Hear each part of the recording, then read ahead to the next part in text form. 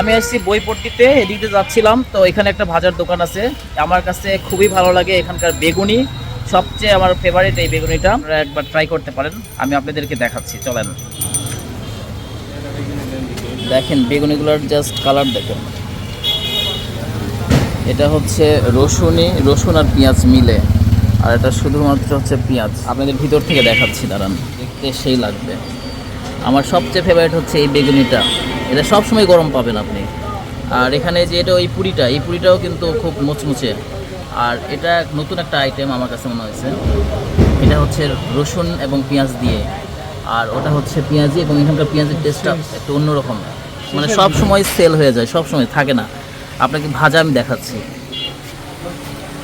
Wow সেই, মানে এখানে যা দেখেন পুরিগুলো ভাজতেছে একদম পরিচ্ছন্ন পরিবেশে, অনেক সুন্দর, ছোটো মোটো জায়গা কিন্তু অনেক সুন্দর একটা পরিবেশ, দেখতেই পাচ্ছেন। আপনারা চলে আসবেন নওগাঁতে বইপট্টিতে, নওগাঁ বইপট্টির একদম মুখেই আপনারা এই দোকানটা দেখতে পাবেন। আমি খেলাম আপনাদের এখানে, আমি খাইছি, হ্যাঁ অনেক ভিড় হয়, অনেক ভিড়, আমি মাঝে মধ্যেই খাই। হ্যাঁ একদম অনেক সুন্দর লাগতেছে, কড়াই থেকে তুলে জাস্ট এখানে রাখলো, দেখেন কত সুন্দর কালার।